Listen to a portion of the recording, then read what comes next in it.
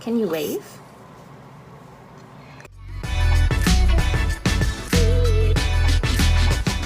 The question of what does a falcon eat does depend on the species, but most falcons eat other birds, which a lot of people are surprised to hear. The peregrine falcon, like the one I have here, loves to eat ducks, pigeons, shorebirds, and they've actually made their homes right in the middle of big cities. You can see them nesting on the side of skyscrapers with all-you-can-eat pigeon right at their talon tips. All of the eagles who live at our sanctuary are with us for different reasons. A lot of birds have wing injuries, eye injuries like this individual here. So they come to us from all over the country in need of a home. Since these birds would not survive in the wild, they call their home the bird sanctuary. My favorite bird to work with here at the sanctuary is Mischief, the white-necked raven. Hi. Hi. Ravens are so intelligent. They have really just fun personalities. They love to explore and do new things, so I always have so much fun when I'm working with Mischief. I always look forward to spending time with him. A big question that we get asked is, how can you tell crows and ravens apart? There are lots of different species of crows and ravens. They're not all the same. Mischief is a white-necked raven, so obviously not all ravens have that white color on their neck. But probably the biggest difference between the two are that ravens are much larger. You can see Mischief is a pretty big bird.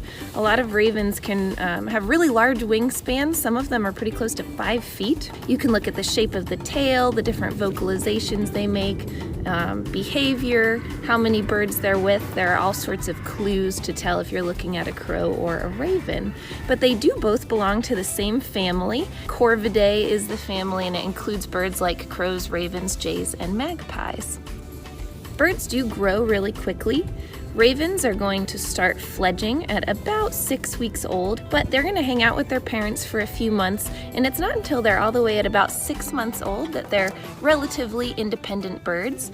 Even so, they probably won't go out and breed and have babies of their own until they're 2, 3, even 4 years old.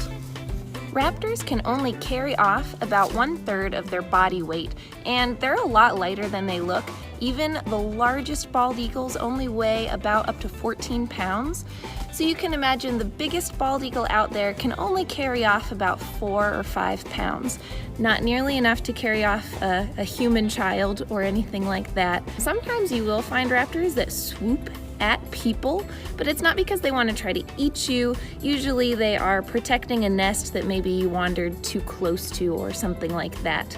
People ask me what my favorite kind of bird is, and it's really hard to choose because I love all birds, but emus, like Sprinkles, are definitely one of my favorites. They're really goofy and playful.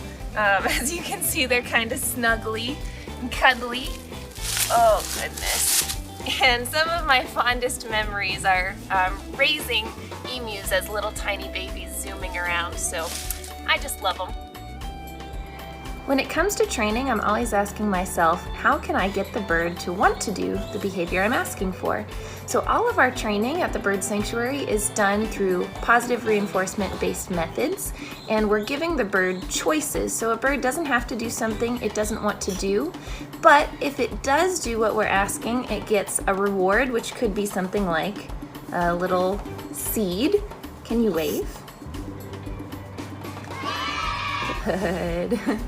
So training is a very positive experience for the trainer, for the animal. It lets us build a relationship.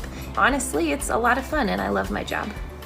I wouldn't necessarily say that I tame the birds that I work with. They're always going to be wild animals, but we do work really hard to build trusting and positive relationships with the birds that we work with every day. You can visit all of our birds at the World Bird Sanctuary, which is right in St. Louis, Missouri.